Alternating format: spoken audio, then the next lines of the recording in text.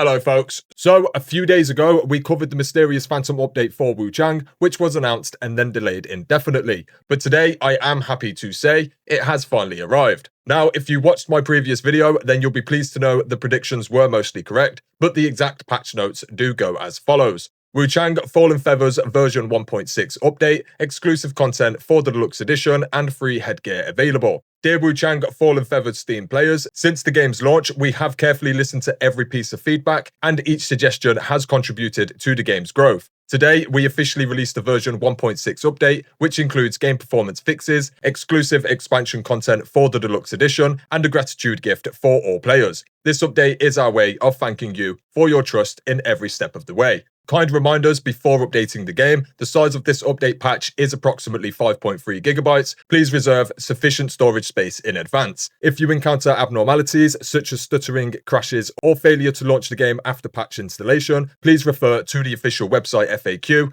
and I'll link this down below, folks. Open the Steam client, navigate to Wuchang Fallen Feathers game page, and ensure the game has completed the automatic update. After launching the game, the new content will be directly delivered to your in-game inventory/character equipment interface. Players will need to restart Steam and launch the game again to claim the corresponding rewards from the donation box in the Revenant Temple. Deluxe Edition expansion content now available, exclusive to Deluxe Edition/Deluxe Upgrade Pack. Previously, we promised players who purchased the Wuchang Fallen Feathers Deluxe Edition and Deluxe Upgrade Pack 4 exclusive costume sets and 4 exclusive weapons. With this update, the first part Deluxe Expansion Pack 1 is now live, including 2 costume sets and 2 weapons. The remaining 2 brand new costume sets and 2 brand new weapons will be announced in the next 1 to 2 versions within 2025. All Steam players who have purchased the Wuchang Fallen Feathers Deluxe Edition or Deluxe Upgrade Pack will need to restart Steam and launch the game again to claim the corresponding rewards from the donation box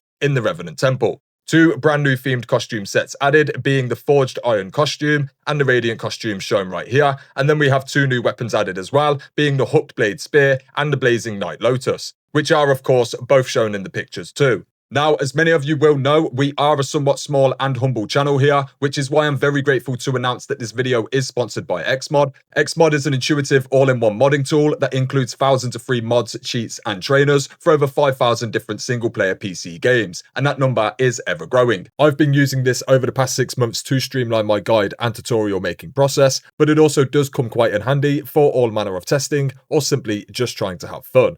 All of the most popular releases are available, and any new titles are added as of day 1, so already we have plenty of mods available for the likes of Borderlands 4, Hollow Knight Silksong, Dying Light the Beast, and Silent Hill F in just a few days' time, with some of these mods helping directly with performance and quality issues.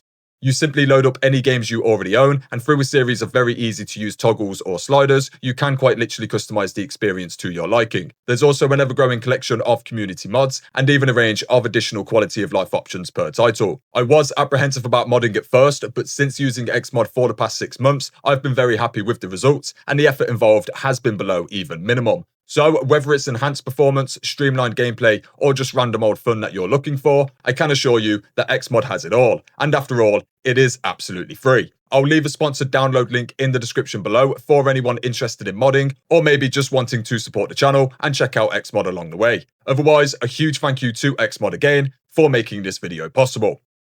A quick recap of Deluxe Edition content after 1.6 update. After this update, Deluxe Edition and Deluxe Upgrade Pack will include all of the following rewards. 6 costumes in total, being Tiger of Fortune, Draconic Resurgence, Soul Ritual Robe, Overlord's Regalia, Forged Iron, and Radiant costumes. And then a total of 6 weapons, being Watcher's Gaze, which is a sword, the Dragon Coil Lance being a spear, Eternal Sovereignty being dual blades, Moonlight Dragon being a sword, and then we have of course the Hooked Blade Spear and the Blazing Night Lotus sword. And then finally, 1 skill upgrade item, being a Blood of Shanghong skill upgrade item of large size. Moving on, we do have the free headgear pieces. Thank you to all players' support. To express our gratitude to every player who supports Wuchang Fallen Feathers, regardless of which version you purchased, you can claim 2 exclusive headgear items for free after updating the game. And these are more specifically the Bow Sorcerer's Crown and the Ming Army Helmet. Now, how to check your game version: open your Steam client or website and then click your username in the top right hand corner to go to your account details page. If you purchased a Steam code from a retailer, click View Licenses and Product Key Activations, and then go to Search Ctrl F for Wuchang to find your purchase version. From here, you check the content on the DLC tab. If the Deluxe Upgrade Pack is not displayed, you currently have the Standard Edition, but if the Deluxe Upgrade Pack is displayed, you currently have the Deluxe Edition. For the version 1.6 update content, fixed an issue where under DLSS Ultra Performance mode, at certain screen resolutions, the image appeared overly blurry. The following screenshots show a before and after comparison at 2K resolution. Further optimized VRAM usage, improving both performance and stability test location, shrine at Lights and Temple, data collected via Steam Performance Monitor. And then we have a handful of different examples right here, which I'll take my time scrolling through as I wrap up on the final few patch notes. Thank you all for your support, from the initial spark of inspiration to the final implementation, from continuous optimization to version iterations. Every step of the game's growth would not be possible without the support of all players along the way. We will continue to polish the game and work on creating a better gaming experience with your support, and thank you again to all players who support us. So there we have it, folks. It isn't mentioned here, but this update has seemingly dropped on both Xbox and PlayStation 2, so these notes do apply to everyone. As some of you may have feared, this patch only delivers these new items and a handful of performance-related fixes, but outside of these additions, we've had no quality of life or additional fixes mentioned. There may be one or two slight improvements here or there, but nothing big enough to have been mentioned, meaning any issues certain players may be experiencing probably have not been addressed with this update at all. The previous update was on the 22nd of August, making it a complete month between updates, and given that we can expect the other two weapons and armor sets to be dropping before the year is through, it all does beg the question of whether we will see additional updates released to address the performance and quality of life related issues. If we were to sit here and wait another month or so, only to receive another update that only introduces weapons and armor for Deluxe Edition owners and nothing else, then I can see a fair few players having a problem with this, as currently some do still report having particular issues with their experience, and I feel this should be pretty high up on the priority list. It could be within the coming weeks we do receive an additional patch that addresses these issues, which would be very nice, or it could be another month or so for a bit of both,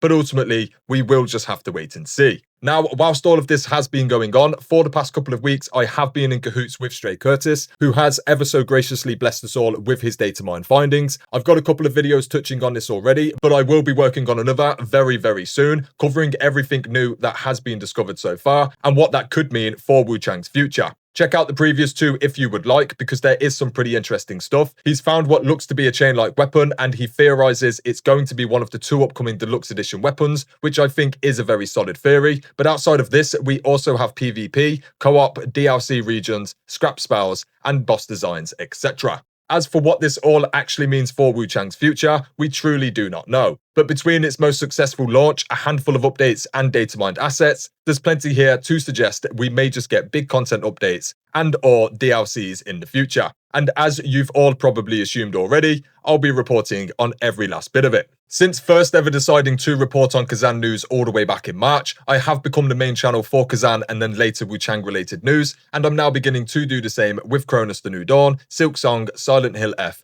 and a handful of other titles. Whilst considering older games like Space Marines 2 and Stalker 2, given Space Marines 2 just hit its second year of content, and Stalker 2 will be releasing on PlayStation in late November. All of this is to say that for those of you who like my coverage for titles like Kazan and Wuchang, you can now expect to see a lot more variety. As I've gotten much better at doing this, I've become a lot more comfortable with juggling multiple titles, and the overall goal is to try and cover most of the biggest developments in gaming on pretty much a day-to-day basis.